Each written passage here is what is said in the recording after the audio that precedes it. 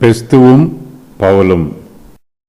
இவ்விதமாய் அவன் தனக்காக உத்தரவு சொல்லுகையில் பெஸ்து உரத்த சத்தமாய், பவுலே, நீ பிதற்றுகிறாய், அதிக கல்வி உனக்கு பைத்தியம் உண்டாக்குகிறது என்றான். அதற்கு அவன், கனம் பொருந்திய பெஸ்துவே, நான் பைத்தியக்காரன் அல்ல, சத்தியமும் சொஸ்த புத்தியுமுள்ள வார்த்தைகளை பேசுகிறேன். இந்த சங்கதிகளை ராஜா அறிந்திருக்கிறார். ஆகையால் தைரியமாய் அவருக்கு முன்பாக பேசுகிறேன். இவைகளில் ஒன்றும் அவருக்கு மறைவானதல்லவென்று எண்ணுகிறேன். இது ஒரு மூலையிலே நடந்த காரியமல்ல. நீ பிதற்றுகிறாய். இவ்விதமாய் அவன் தனக்காக உத்தரவு சொல்லுகையில் பெஸ்து உரத்த சத்தமாய், பவுலே, நீ பிதற்றுகிறாய், அதிக கல்வி உனக்கு பைத்தியம் உண்டாக்குகிறது என்றான். பவுல் நியாயஸ்தலத்திலே தனக்காக உத்தரவு சொல்லிக் கொண்டிருக்கிறான். அவன் சொல்ல வேண்டிய வார்த்தைகள் இன்னும் ஏராளமாய் இருக்கிறது. இயேசு கிறிஸ்துவின் மரணத்தையும் உயிர்த்தெழுதலையும் பற்றி இப்பொழுதுதான் சொல்ல ஆரம்பித்திருக்கிறார். இவருடைய பிரசங்கம் எப்பொழுது முடியும் என்று யாருக்கும் தெரியாது. ஏனெனில் கிறிஸ்துவின் மரணத்தை பற்றிய வல்லமையை சொல்லிக்கொண்டே போகலாம். அதற்கு ஒரு முடிவே இல்லை. இதை போன்றே இயேசு கிறிஸ்துவின் பாடுகளை பற்றியும் விரிவாக பிரசங்கம் பண்ணலாம். பவுல் பேசுவதற்கு உத்தரவு கிடைத்திருக்கிறது. தனக்கு கிடைத்திருக்கிற இந்த சிலாக்கியத்தை பவுல் பயன்படுத்தி நியாயஸ்தலத்திற்கு முன்பாக கிறிஸ்துவின் பூரண சுவிசேஷத்தை அறிவித்துக் கொண்டிருக்கிறார்.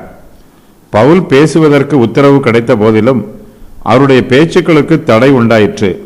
திட்டமிட்ட பிரகாரம் அவரால் பேச முடியவில்லை. தேசாதிபதியாகிய பெஸ்துவுக்கு பவுல் பேசுவதெல்லாம் விளங்காத காரியமாய் இருக்கிறது. அவனுடைய சிந்தனையில் ஒன்றும் புரியவில்லை. அவன் பவுல் பேசுவதை தடை பண்ணுகிறான். நீ பிதற்றுகிறாய் என்று பவுலிடத்தில் சொல்லுகிறான். பவுல் பேசுவதை செவி கொடுத்து கேட்க அவனுக்கு மனமில்லை. பவுல் பெஸ்துவுக்கு முன்பாக காவலில் வைக்கப்பட்டவன்தான். பவுல் பேசுவதையெல்லாம் கேட்க வேண்டும் என்னும் அவசியம் பெஸ்துவுக்கு இல்லை. ஆனாலும் அகிரிப்பா ராஜா பவுலுக்கு அனுமதி கொடுத்ததினால் அவர் தனக்காக உத்தரவு சொல்லிக் கொண்டிருக்கிறார். பெஸ்துவோ தன்னுடைய அதிகாரத்தை பயன்படுத்தி பவுலின் பிரசங்கத்தை தடை பண்ணுகிறான். பவுல் தனக்காக உத்தரவு சொல்லுகையில் பெஸ்து உரத்த சத்தமாய் அவருடைய பேச்சை தடை பண்ணுகிறான். பெஸ்துவின் உரத்த சத்தத்தை கேட்கும்போது பவுல் தன்னுடைய பேச்சுக்களை அப்படியே நிறுத்தி கொள்ள வேண்டும். பெஸ்துவின் சத்தத்தை விட உரத்த சத்தமாய் பேச வேண்டும் என்று பவுல் நினைக்கக்கூடாது. பெஸ்துவின் உரத்த சத்தத்தை கேட்டு நியாயஸ்தலத்தில் அமர்ந்திருப்போர் எல்லோரும் பெஸ்துவின் பக்கமாக தங்கள் கவனத்தை திருப்புகிறார்கள். அப்போது பெஸ்து உரத்த சத்தமாய், பவுலே, நீ பிதற்றுகிறாய், அதிக கல்வி உனக்கு பைத்தியம் உண்டாக்குகிறது என்று சொல்லுகிறான். பெஸ்து பவுலை அவமானப்படுத்துகிறான். பவுல் சொன்னது பெஸ்துவுக்கு புரியவில்லை. ஆகையினால் பவுலை அவமானப்படுத்தும் விதமாக அவன் பிதற்றுகிற வார்த்தைகளை பேசுகிறான் என்று குறிப்பிடுகிறான். மரித்தோரின் உயிர்த்தெழுதலை பற்றி பேசுவது பெஸ்துவுக்கு புரிந்து கொள்ள முடியாத ஒரு புதிராக இருக்கிறது. ஆகையினால் பவுலின் வார்த்தையில் உண்மை இல்லை என்றும் அவை எல்லாமே கற்பனை வார்த்தைகள் என்றும் சொல்லுகிறான். பவுல் மெய்யை பேசாமல் பிதற்றுவதாக அவன் மீது குற்றம் சுமத்துகிறான். பெஸ்து பவுலை பற்றி சொல்லும்போது அவன் அதிக கல்வி கற்றவன் என்பதை அங்கீகரிக்கிறான்.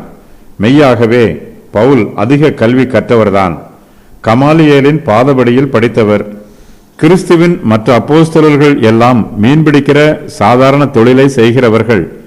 ஆனால் பவுலோ அதிக கல்வி கற்றவர், பிரசித்தி பெற்ற பல்கலைக்கழக மாணவர். தான் அதிகம் படித்ததாக பவுல் வேஷம் போடவில்லை. மெய்யாகவே அதிகம் படித்திருக்கிறார். பவுலின் அதிக கல்வியை கூட பெஸ்து பைத்தியம் என்று வியாக்கியானம் பண்ணுகிறான். கர்த்தருடைய ஊழியக்காரர்களுக்கு விரோதமாக சத்துருக்கள் பல்வேறு விதமான தூஷண வார்த்தைகளை பேசுகிறார்கள். ஊழியக்காரர்களிடத்தில் நற்குணங்களும் நல்ல தகுதிகளும் இருந்தாலும் அதை பற்றியும் தவறாகவே சொல்லுகிறார்கள். பெஸ்துவும் பவுலை பற்றி அப்படித்தான் சொல்லுகிறான். அதிக கல்வி உனக்கு பைத்தியம் உண்டாக்குகிறது என்று பவுலை தூஷிக்கிறான். கர்த்தருடைய ஊழியக்காரர்களை இதுபோல தகாத வார்த்தைகளினால் தூஷிப்பது புதுமை அல்ல. இயேசு கிறிஸ்துவையும் யோவான் ஸ்நானனையும் பிசாசு பிடித்தவர்கள் என்று தூஷித்தார்கள். பெஸ்து உரத்த சத்தமாய், பவுலே, நீ பிதற்றுகிறாய், அதிக கல்வி உனக்கு பைத்தியம் உண்டாக்குகிறது என்று சொல்லுகிறான். பவுலின் வார்த்தைகளில் உண்மை இல்லை என்றும் சொஸ்த புத்தி இல்லை என்றும் அவனுடைய வார்த்தைகள் எல்லாம் பிதற்றுகிற வார்த்தைகள் என்றும் அவன் ஒரு பைத்தியக்காரன் என்றும் பவுலை பற்றி தவறாக பேசுகிறான். பவுல் பைத்தியக்காரனாக இருந்தால் நாம் அவருடைய பிரசங்க செய்தியை கேட்க வேண்டியதில்லை.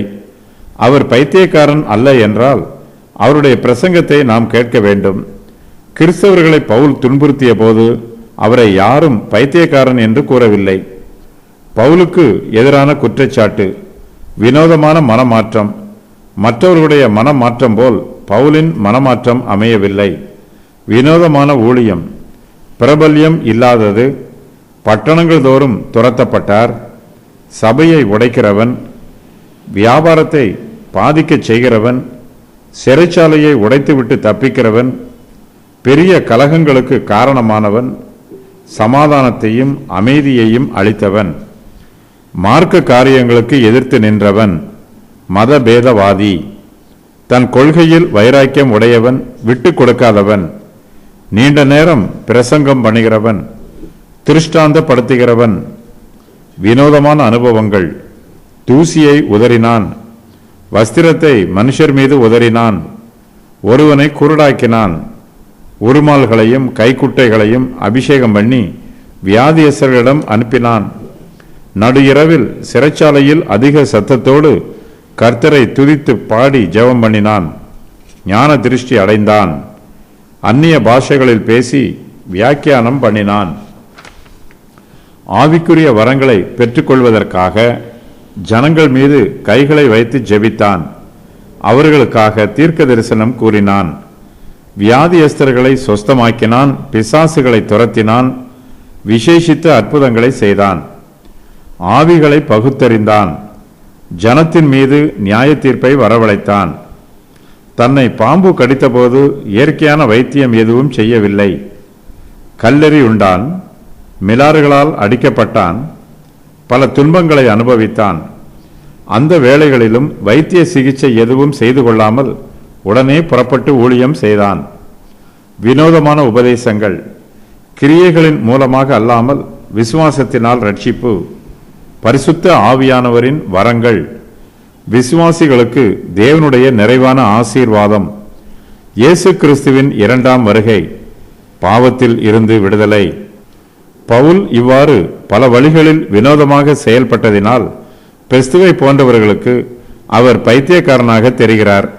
ஆனால் கிறிஸ்தவர்களாகிய நமக்கோ அவர் ஒரு முன் மாதிரியாக திகழ்கிறார். பவுல் பைத்தியக்காரன் அல்ல, சத்தியமும் சொஸ்த புத்தியும் உள்ள வார்த்தைகளை பேசுகிறவர். சத்தியமும் சொஸ்த புத்தியும்.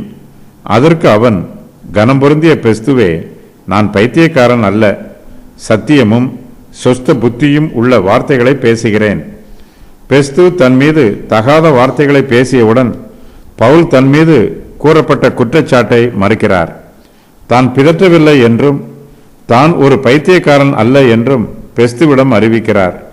பவுல் ஒரு பைத்தியக்காரன் என்றால் அவருடைய வார்த்தைகளை யாரும் கேட்க வேண்டிய அவசியமில்லை. ஆனால் பவுலோ தெளிந்த புத்தி உள்ளவர், பைத்தியக்காரன் அல்ல. நியாயஸ்தலத்தில் அமர்ந்திருக்கிறவர்கள் எல்லோருக்கும் கிறிஸ்துவின் சுவிசேஷத்தை அறிவிக்க வேண்டும் என்னும் வாஞ்சையோடு பவுல் பேசிக் கொண்டிருக்கிறார். ஆகையினால் தன் மீது குற்றம் சுமத்தப்பட்டவுடன் பவுல் காலதாமதம் இல்லாமல் அந்த கரையை நீக்குகிறார். பவுல் பெஸ்துவை பார்த்து, கனம் பொருந்திய பெஸ்துவே, நான் பைத்தியக்காரன் அல்ல, சத்தியமும் சொஸ்த புத்தியும் உள்ள வார்த்தைகளை பேசுகிறேன் என்று தன்னை பற்றி சொல்லுகிறார். பவுல் பேசுவது பெஸ்துவுக்கு புரியாமல் இருக்கலாம்.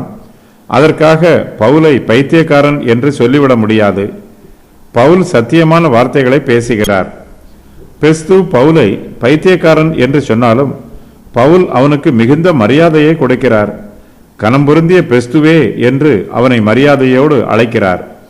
கர்த்தருடைய பிள்ளைகளாகிய நம்மையும் ஒரு சிலர் ஏளன வார்த்தைகளால் பேசலாம், நம்மை அவமானப்படுத்தலாம். உடனே நாம் கோபப்பட்டு விடக்கூடாது.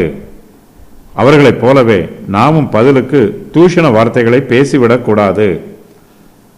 நம்மை சபிக்கிறவர்களையும் நாம் ஆசீர்வதிக்க வேண்டும். ராஜா அறிந்திருக்கிறார்.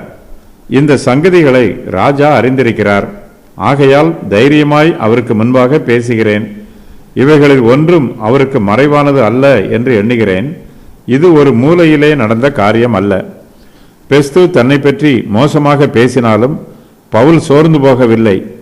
அகிரிப்பா ராஜாவிடம் தான் சொல்ல விரும்புகிற சத்தியத்தை தொடர்ந்து பேசுகிறார்.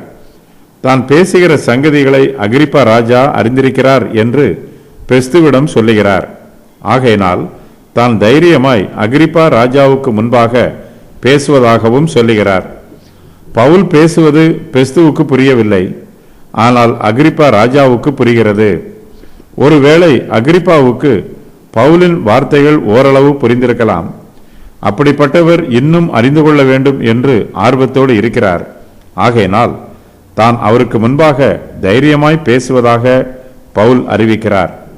தான் பேசுகிற காரியம் ஒன்றும் அகிரிப்பா ராஜாவுக்கு மறைவானது அல்ல என்றும் பவுல் எண்ணுகிறார். ஏனென்றால் பவுல் பேசுகிற சம்பவங்கள் ஒரு மூலையிலே நடந்த காரியம் அல்ல. யூதா தேசத்தில் உள்ளோர் எல்லோருக்கும் முன்பாக கிறிஸ்துவின் சுவிசேஷ சம்பவங்கள் நடைபெற்றிருக்கிறது. பவுல் ஒரு கற்பனை கதையை பேசவில்லை. இயேசு கிறிஸ்து யூதேயா தேசத்தில் யூதர்களுக்கு மத்தியில் ஜீவித்தார். யூதர்கள்தான் இயேசு கிறிஸ்துவை சிலுவையில் அறைந்தார்கள்.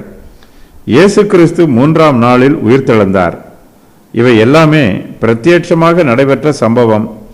இது ஏதோ ஒரு மூலையில் யாருக்கும் தெரியாமல் ரகசியமாக நடைபெறவில்லை. யூதேயா தேசம் முழுவதிலும் இயேசு கிறிஸ்துவின் ஜீவியத்தில் நடைபெற்ற சம்பவங்களை குறித்து பேசிக் கொண்டிருக்கிறார்கள். இது அகிரிப்பா ராஜாவுக்கும் தெரியும். இவைகளில் ஒன்றும் அகிரிப்பாவுக்கு மறைவானது அல்ல. ஆயினும் பெஸ்து இந்த சத்தியங்களை எல்லாம் அறியாதவனாக இருக்கிறான். இயேசு கிறிஸ்துவின் வாழ்க்கை வரலாறு ஒரு மூலையில் நடைபெற்ற காரியம் அல்ல, எல்லோருக்கும் பிரபல்யமானது. பவுல் இந்த வாக்கியத்தை கூறிய போது இது உண்மையான வாக்கியம் என்பதை அகிரிப்பா ராஜா அறிந்திருந்தான்.